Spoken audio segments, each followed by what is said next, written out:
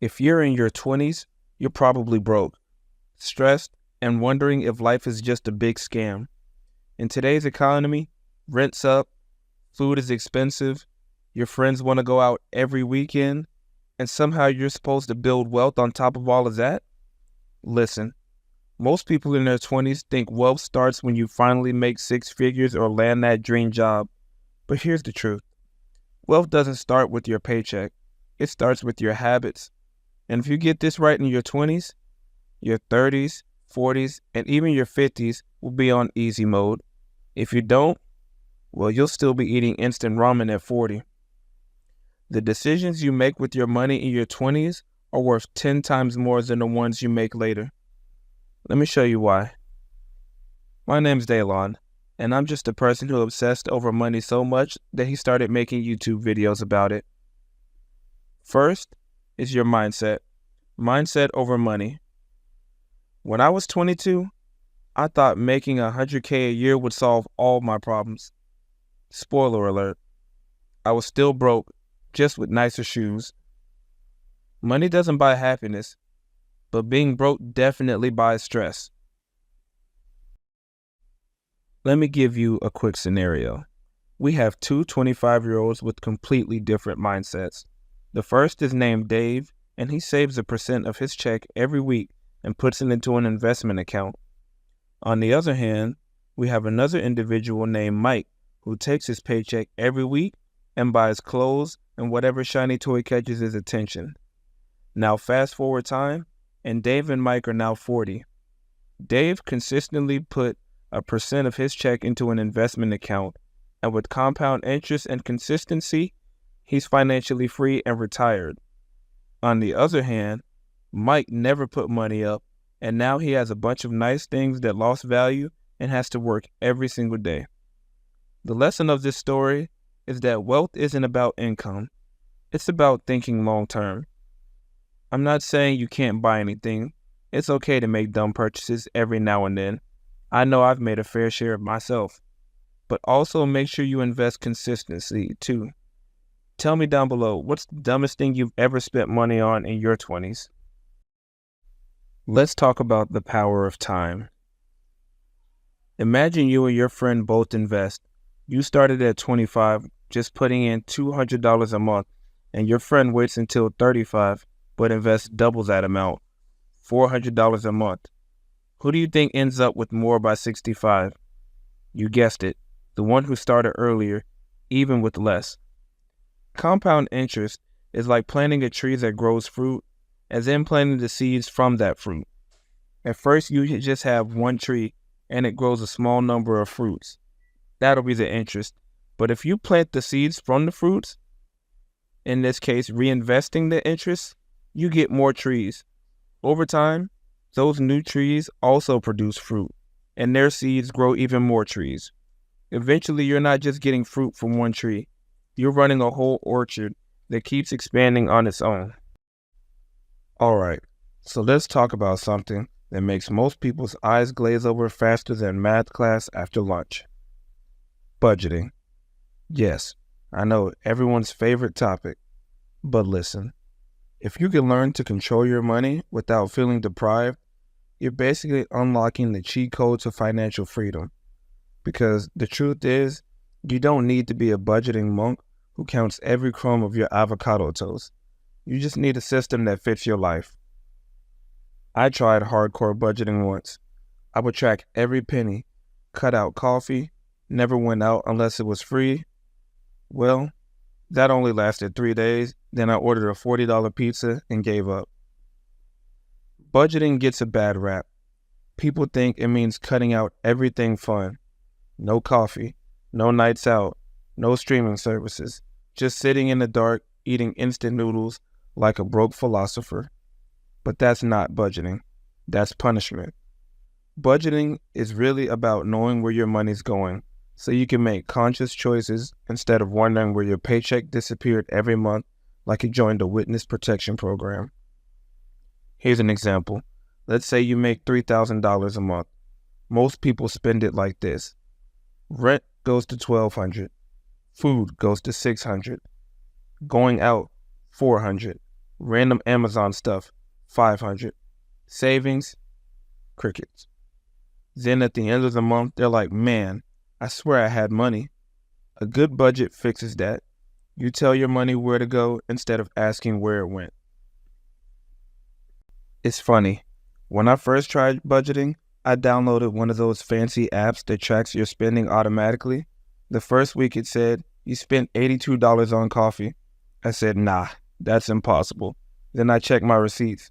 Turns out I was basically financing Starbucks holiday menu by myself. Now, I own stocks for Starbucks. See the growth? Here's the simplest way to budget without losing your mind. The 50-30-20 rule is something that I've been using for a minute now. 50% of your income equals needs. That means rent, food, bills, transportation. 30% of your income is going to go to your wants, entertainment, eating out, hobbies, whatever you like. 20% is going to go to your savings and investing. That's it. You don't need a spreadsheet that looks like NASA launch plans. If you make $3,000 a month, for example, $1,500 will go to your needs, $900 is going to go to your wants, and $600 is going to go to your savings and investing. Boom. You're budgeting like a boss without tracking every gum purchase. When I first started doing this, I realized my wants category was basically 70% of my income.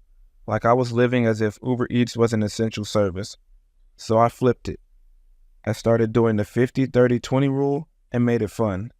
Every Friday, I'd transfer my wants money into a separate account, my guilt-free spending account. That way, when I went out with friends or bought something online, I didn't feel bad because it was already budgeted for. Have you ever bought something online and it shows up 3 days later and you're like, who ordered this? Yeah, that's your past self budgeting emotionally instead of logically. We're getting away from that. Lesson number 3 was a game changer for me. Automate it so you don't have to think. One of the best hacks I've ever learned was to automate your money. The less you have to rely on willpower, the better. If you got direct deposit, automatically send 20% to your savings or investments. Set your bills to auto pay. Whatever's left over is what you can spend guilt-free. Now, instead of thinking I should save, you've already done it without lifting a finger. Back when I first started budgeting, I'd tell myself, okay, I'll save what's left at the end of the month. Guess how much was left? Nothing. Zero. Nada. Because somehow leftover money has a way of disappearing like socks in the dryer. Once I automated savings, I stopped missing it. I was saving hundreds a month without ever noticing, like stealth wealth. Budgeting manually is like trying to diet with cookies in the house. You'll start strong, and then you'll accidentally spend $200 on sneakers because they were on sale. Here's something most people miss. If your budget doesn't include fun, you'll blow it up out of rebellion. Think about it like this.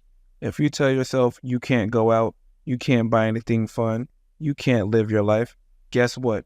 One bad day at work and you're suddenly on a $300 treat yourself spree just to feel better.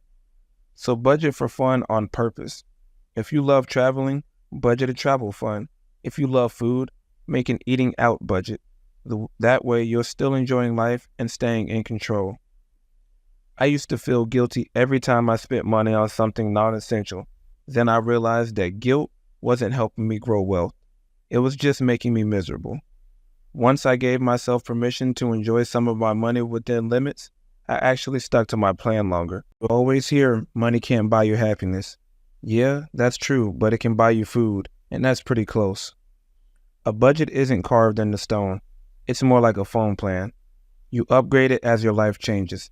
Every month, you need to check in on your budgeting. Did I overspend somewhere? Can I cut or optimize anything? Did I hit my savings goal? The key isn't perfection, it's progress. When I first started tracking, I found I was overspending $150 a month on subscriptions. Stuff like premium meditation sounds and extra storage for apps I didn't even use. Now, that $150 goes straight into my investment account. And you know what? It feels way better to see that money grow than to hear Rainforest Ambiance number 12 before bed. Subscriptions are like exes. They're hard to get rid of, and they always find a way to charge you again. So here's the takeaway from this lesson. Budgeting isn't about saying no to everything. It's about saying yes to what matters most. You're not budgeting to restrict yourself. You're budgeting to buy your freedom. Freedom from paycheck to paycheck stress. Freedom from debt. And freedom to live life on your terms. So if you want to start building wealth in your 20s, learn to control your money before your money starts controlling you.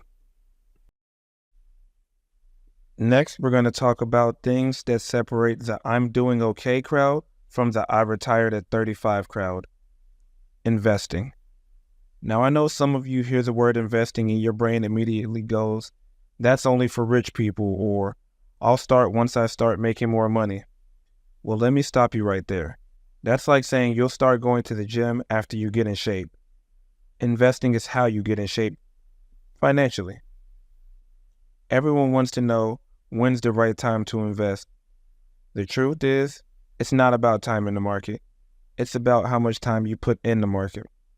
Let's make this real. Imagine two friends.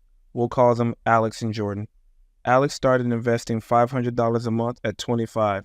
Jordan waited until 35 to start because, adulting and stuff. They both stopped investing at 65. If they both average 8% returns, guess who ends up with more money? Alex, by hundreds of thousands of dollars. All because of time, not because of how much money. That's the magic of the compound interest, where your money makes money and then that money makes even more money. It's like your cash goes off and has a little baby dollar that grows up and starts working for you. If your money isn't making money while you sleep, you're going to be working while you should be sleeping. If you invest just $200 a month, starting at age 20, earning 8% a year, by 65, you'll have over $700,000. If you waited until 35, you'll only have around $250,000. That's almost $500,000 you lost by waiting 15 years. So yeah, time is your best friend. You might want to get to know them. When I was 23, someone told me every dollar you invest in your 20s is worth $5 to $10 in your 60s. And I thought, cool, future me will be rich. Then I realized it.